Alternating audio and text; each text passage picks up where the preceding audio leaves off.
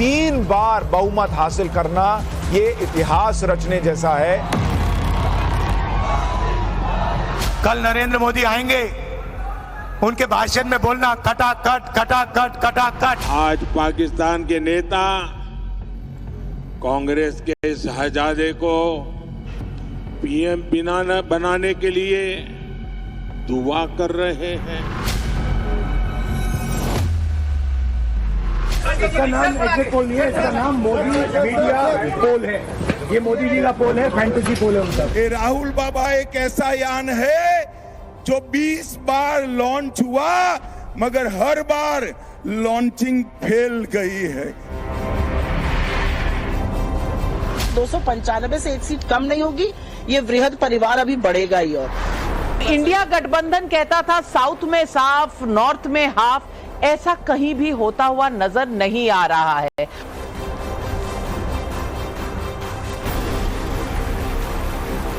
राहुल गांधी की एक बार फिर लॉन्चिंग फेल होती नजर आ रही है। एक बार फिर लग रहा है कि राहुल को लंबी पदयात्रा करके जनता के मूड को भांपना और समझना होगा।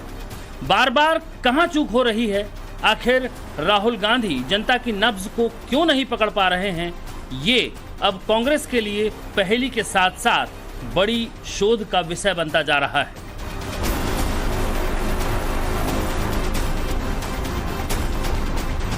टाइम्स नाउ नवभारत के साथ साथ देश के तमाम न्यूज चैनल के एग्जिट पोल के आंकड़ों ने इंडी गठबंधन की हवा टाइट कर दी है। जो इंडी गठबंधन मोदी के 400 पार के नारे को शिगूफा बता रहा था, मोदी को 7 समंदर पार भगाने की बात कर रहा था, मोदी की साधना को सवालों में ला रहा था, वो इंडी गठबंधन खुद के छिपने के लिए अब जगह तलाशता नजर आ रहा है।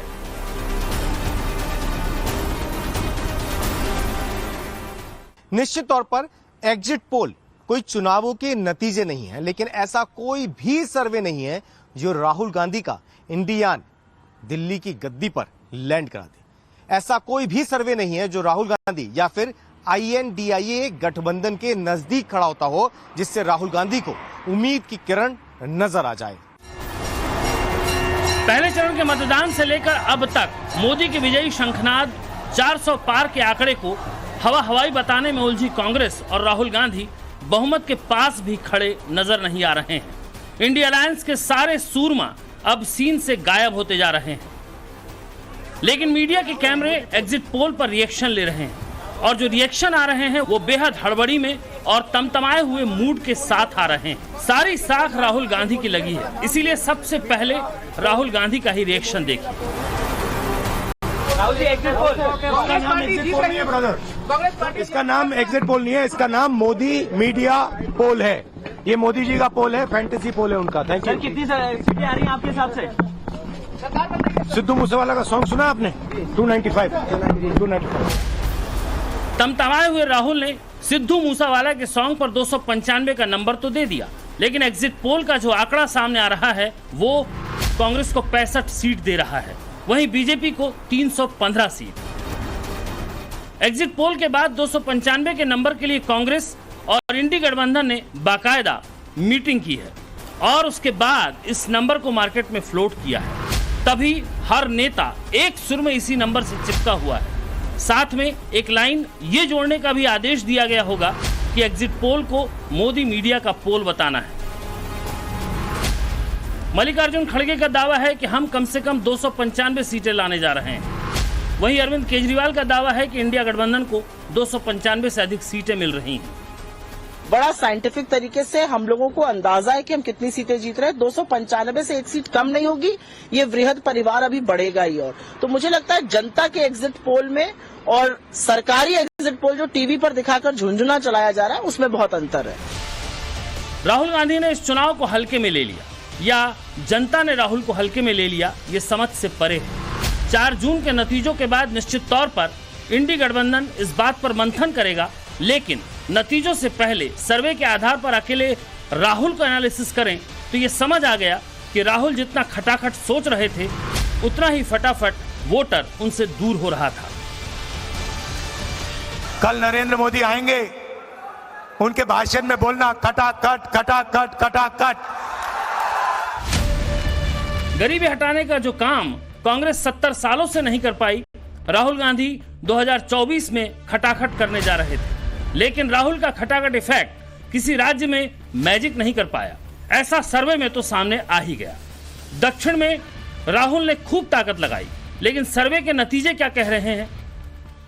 बीजेपी अगर 9 जीत रही है, आधे से ज्यादा बीजेपी का वोट शेयर देखिए, बीजेपी का वोट शेयर 11% का गेन है बीजेपी को, 31% बीजेपी का वोट शेयर, इंडिया अलायंस का 36% और अदर्स को 33% वोट जा रहा है।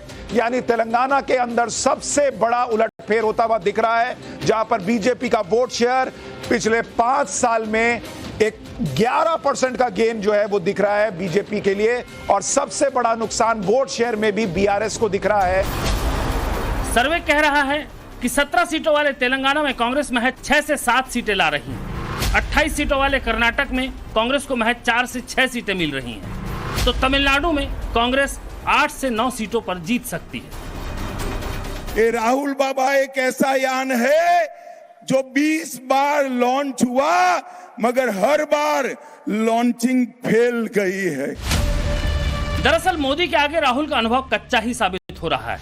एक तरफ एनडीए के पास वार पलटवार के लिए अनुभवी नेताओं की फौज है, तो वहीं राहुल एक उलझे हुए नेता के तौर पर सामने आ रहे हैं। अगर आप गरीबी रेखा के नीचे हो, आपके बैंक अकाउंट में हर साल 1 लाख रुपया, 8,500 रुपया महीने का खटाखट खटाखट खटाखट खटाखट आता रहेगा, और एक झटके से हिंदुस्तान से हम गरीबी को मिटा देंगे। कांग्रेस के शाहजादे ने अभी घोषणा की, आप भी सुनकर के हंसोगे, उन्होंने घोषणा की, एक झटके में देश की गरीबी हटा दूंगा। अब बताओ भाई, हंसी आएगी कि नहीं आएगी? ऐसे लोगों पर कोई भरोसा करेगा क्या? ये शाही जादूगर इतने बरसों तक कहां छुपा था? ये झटके वाला मंत्र लाए कहां से? केरल के आंकड़ों से कांग्रेस थोड़ा संतोष कर सकती है, क्योंकि एग्जिट पोल का सर्वे कांग्रेस को 20 सीटों में से 11 से 12 सीटों पर जीत की संभावना दिखा रहा है। केरल के वायनाड से खुद राहुल गांधी चुनाव मैदान में हैं, लेकिन राहुल गांधी के लिए वायनाड से अच्छी खबर आ सकती है। मगर आंध्र प्रदेश जैसे बड़े राज्य में कांग्रेस 0 पर है, गोवा में 0 पर है। वहीं उत्तर पूर्वी भारत में आइए तो नॉर्थ ईस्ट के 7 राज्यों की कुल 11 सीटों में कांग्रेस मणिपुर में 1 सीट जीतने जा रही है। यूटी में आए तो यहां भी कांग्रेस का बुरा हाल है। चंडीगढ़ में 0, हां लद्दाख, लक्षद्वीप और पुडुचेरी कांग्रेस के खाते में जाता हुआ दिख रहा है। सीट नहीं, गुल्लक के सिक्के गिरने जैसी हालत है। देश की सबसे पुरानी पार्टी का ये हाल किन वजहों से हुआ है, इस पूरी कांग्रेस को समझना होगा, क्योंकि जिसके कंधे पर नेहरू गांधी परिवार की विरासत बचाने की जिम्मेदारी है, वो बेटा तो मोदी की तीसरी लहर में उड़ता हुआ नजर आ रहा है। भाई और बहनों, मैं आपको अपना बेटा सौंप रही हूं।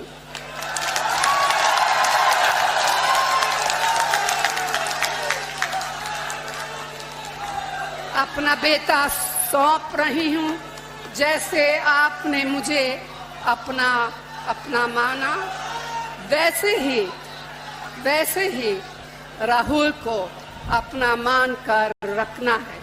उनकी माता जी भी वहां गई प्रचार करने के लिए, और रायबरेली में जाके कहा कि वो अपना बेटा उनको सौंप रहे हैं। रायबरेली में उनको 50-50 साल से इस परिवार की सेवा करने वाला एक भी कार्यकर्ता नहीं मिला जिनको वो रायबरेली में पसंद करना चाहते हो।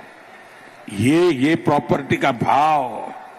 और भाइयों बहनों, रायबरेली वाले पूछते हैं कि बेटे को रायबरेली देने आई हो, लेकिन रायबरेली में जब कोविड के कारण लोग परेशान थे, क्या आपको एक बार रायबरेली आने का मौका नहीं मिला क्या? और आज कह रही हो कि आप अपने बेटे को रायबरेली सुपुर्द कर दो। रामलला से लेकर संविधान तक बीजेपी को हर मोर्चे पर राहुल ने घेरने की कोशिश की। हर रैली में संविधान की किताब लेकर राहुल घूमते रहे और देश की जनता को मोदी के खिलाफ खड़ा करने की कोशिश की। ये चुनाव मामूली चुनाव नहीं है। इस चुनाव में दो विचारधाराओं की टक्कर है। प्रधानमंत्री ने, अमित शाह ने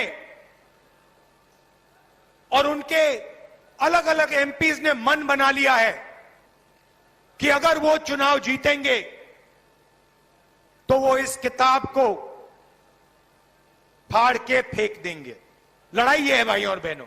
बार बार लॉन्च होता रहता है और ये वो चांदी के प्याले वाले लोग हैं जो लाइन में भी लगे थे उस समय और फटा हुआ कुर्ता दिखा रहे थे, तब भी लोगों ने विश्वास नहीं किया। तो जो इनका खटाखट वाला है ना, तो पब्लिक को भी मालूम है कि ये सारे ऐसे ही लोग हैं। कि 2019 के चुनाव में चौकीदार चोर है, उन्होंने तब भी उससे कोई फर्क नहीं पड़ा पब्लिक के लिए। अब 2024 के इलेक्शन में वो खटाखट हमें तो ये लग रहा है वो भी चले जाएंगे फटाफट। केवल और कोई है ही नहीं इस टाइम मोदी जी के अलावा, और वही आएंगे। तीसरी बार चौथी बार भी वही आएंगे, मुझे तो ये लगता है। मेरा पर्सनल ओपिनियन तो यही है। जिस जनता का मूड राहुल भापने निकले थे, वो जनता क्या कह रही है ये सुना आपने। आगे बढ़ते हैं। मध्य प्रदेश की 29 सीटों में से कांग्रेस के पास लाज बचाने लायक भी नंबर नहीं आ रहा, यानी कांग्रेस को 0 से 1 सीट मिल रही है। वहीं उत्तराखंड में कांग्रेस का सूपड़ा साफ है। हिमाचल में भी कांग्रेस 0 से 1 सीट पर ही इज्जत बचा पा रही है और जम्मू कश्मीर की 5 सीटों में से कांग्रेस को सिर्फ 1 सीट ही मिलने की संभावना है। साथियों, आपने देखा होगा ये कांग्रेस के शहजादे पिछले 5 साल से सुबह उठते ही माला जपना शुरू करते थे। जब से उनका राफेल वाला मामला ग्राउंडेड हो गया, तब से उन्होंने एक नई माला जपना शुरू किया। 5 साल से एक ही माला जपते थे। 5 उद्योगपति, 5 उद्योगपति, 5 उद्योगपति। फिर धीरे धीरे कहने लगे अंबानी अडानी, अंबानी अडानी, अंबानी अडानी। पूरे 5 साल संसद से लेकर सड़क तक राहुल ने मोदी के खिलाफ माहौल बनाया, लेकिन माहौल का असर सामने नहीं आया। एग्जिट पोल कह रहा है कि 26 सीटों वाले गुजरात में कांग्रेस 0 पर आउट हो रही है। झारखंड में भी राहुल की कांग्रेस का निराशाजनक प्रदर्शन सामने आया है, वहां भी कांग्रेस 0 पर आउट है। अब आइए 2 लड़कों की जोड़ी वाले उत्तर प्रदेश में। 80 सीटों वाले यूपी में राहुल इंडी गठबंधन के तहत 17 सीटों पर अखिलेश की समाजवादी पार्टी के साथ चुनाव लड़ रहे थे। राहुल और अखिलेश ने यूपी में जमकर सियासी बवाल काटा। बहन प्रियंका का भी साथ मिला, लेकिन नतीजा क्या रहा? रायबरेली के साथ राहुल एक और सीट यानी कुल 1 से 2 सीटों पर इज्जत बचा पा रहे हैं।